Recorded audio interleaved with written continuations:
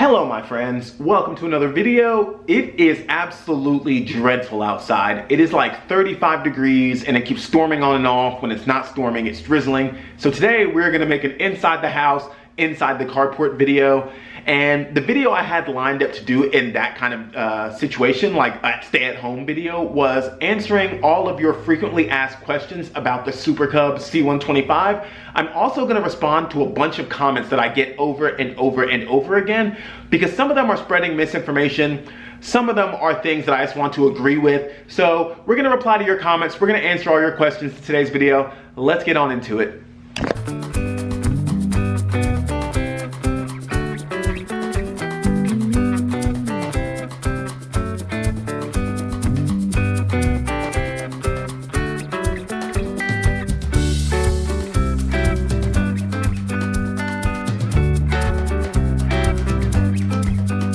Okay, so every time I make a video on this bike, I get a comment saying that you don't want to buy this bike because you can't bump start it, or you like the trail more because it has a kickstart and this bike isn't bump startable because of its semi-auto transmission, or Honda dropped the ball, not allowing you to be able to bump start this bike, yada yada yada.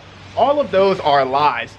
If you want to buy the trail, that's cool, kickstarts are cool, but this bike, you can absolutely bump start it. It's actually really easy to bump start it. To prove that point, I filmed a video bump starting it, and in this video, not only is the battery flat on this bike, but the bike is barely moving when I bump start it. I just wanted to show you how truly easy it is to bump start this bike, so check it out.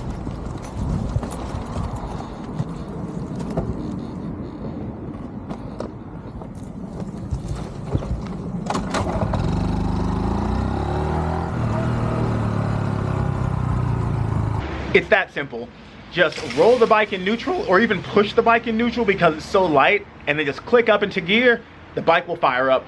Really, if that's all that's holding you back from getting this bike, congratulations, you can go get one now.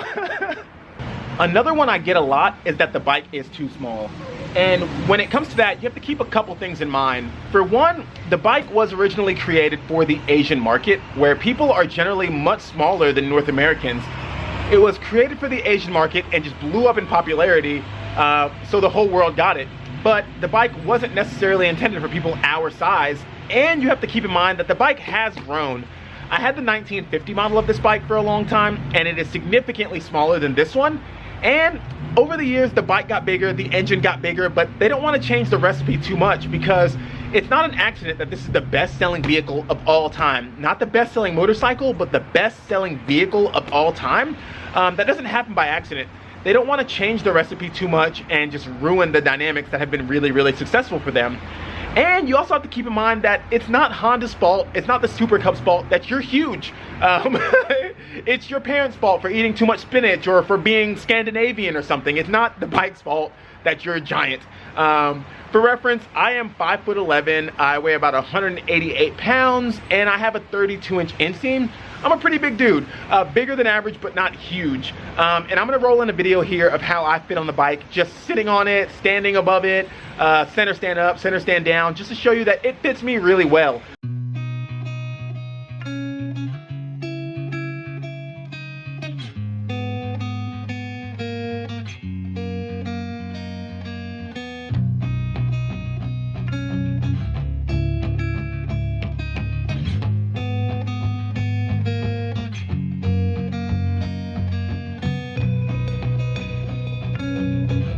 So as you can see there, I fit just fine. Standing over the bike when it's on its center stand, the seat is actually touching my butt. So like I have the perfect leg span for that. Setting it off the stand, I have plenty of room. It's maneuverable up and off the stand because it's so light. Pushing it around is easy. I got plenty of knee space even with my super lanky legs. The bike fits fine. If you were looking for some big grand tour, this isn't for you, but that's not what this bike is for. It's a 125 with a semi-auto transmission with an entry-level price. This is for people that are looking for something to just bop around on that's really easy and convenient and light. And that's what it is. It is the perfect size, in my opinion, for what its intended use is. I've gotten a lot of comments from people saying that they had this bike back in the 60s or the 70s and they rode it to high school, they rode it on their first date with their wife now, or they've ridden one for a long time, or they used it to graduate to bigger motorcycles, and now they're on bigger motorcycles after a lifelong spent riding bigger motorcycles. And I think that is what this bike is about. Those are the people that actually get it. These older people that have kind of started out on that bike and gone full circle. Like me personally, I started on these bikes, and then I started riding vintage Vespas, and I went from there to riding big sport bikes, and I had a Blackbird and VFRs and R1s and really fast motorcycles.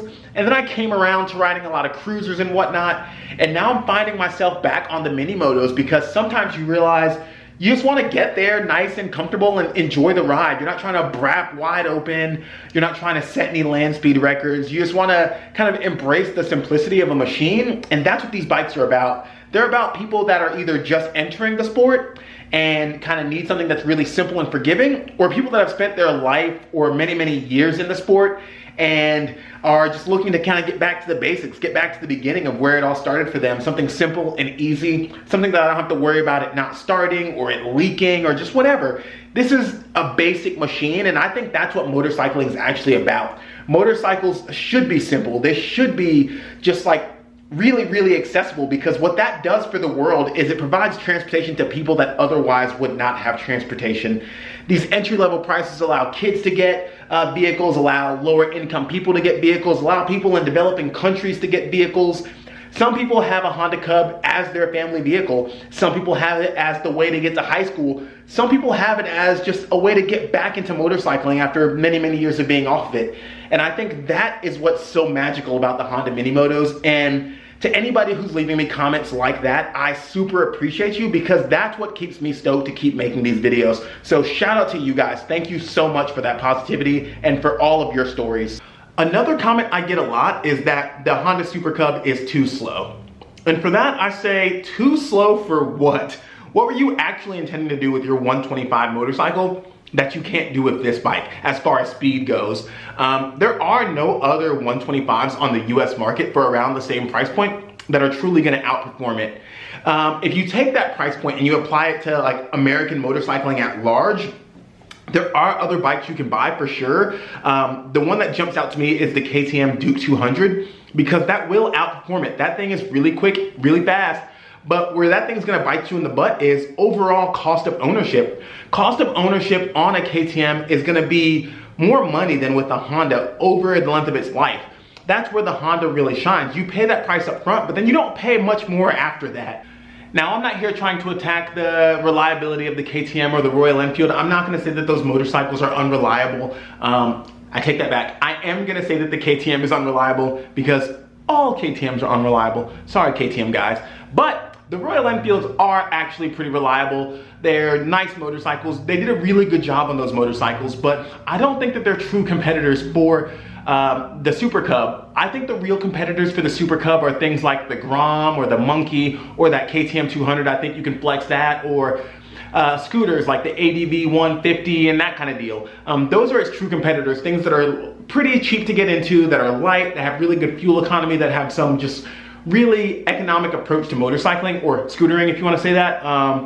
I think those are its true competitors. Comparing it against a 350 motorcycle or a 400 motorcycle like the Royal Enfields is not fair. People aren't looking for that. They want a small, light bike. You don't buy a Royal Enfield. The Royal Enfield is almost 3 times the displacement and it's twice the weight. That's not great, you know?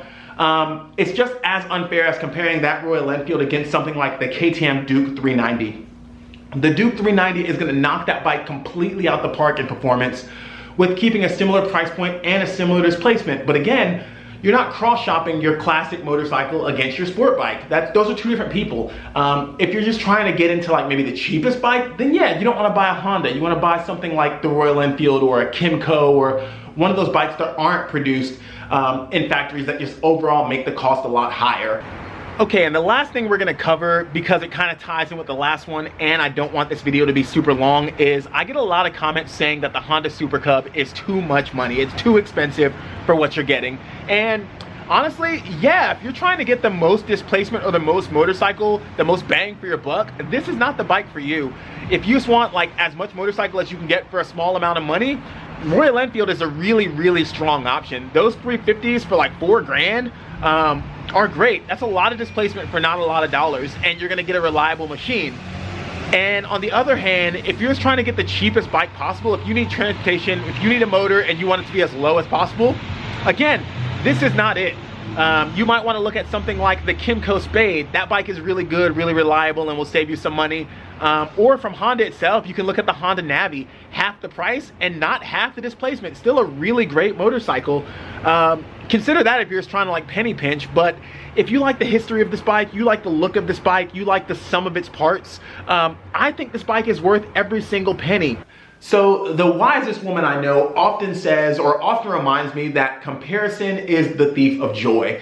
If you like the Honda Super Cub, don't compare it against the whole planet. The bike is reliable. The bike will get you where you're going. The price is pretty fair for what you're getting. Just get one if you want it. It doesn't matter that the Royal Enfields are the same exact price, because you don't want the Royal Enfield. The Honda, maybe it looks better to you, or maybe it is just like part of that history that you want to be a part of that, or maybe you just like how light it is, or anything. Something has drawn you to this video. Something has drawn you to the Super Cub. And like I said, if it's just trying to get the cheapest thing possible, it is not for you. But if you're just trying to get the cheapest thing possible, a lot of bikes aren't for you.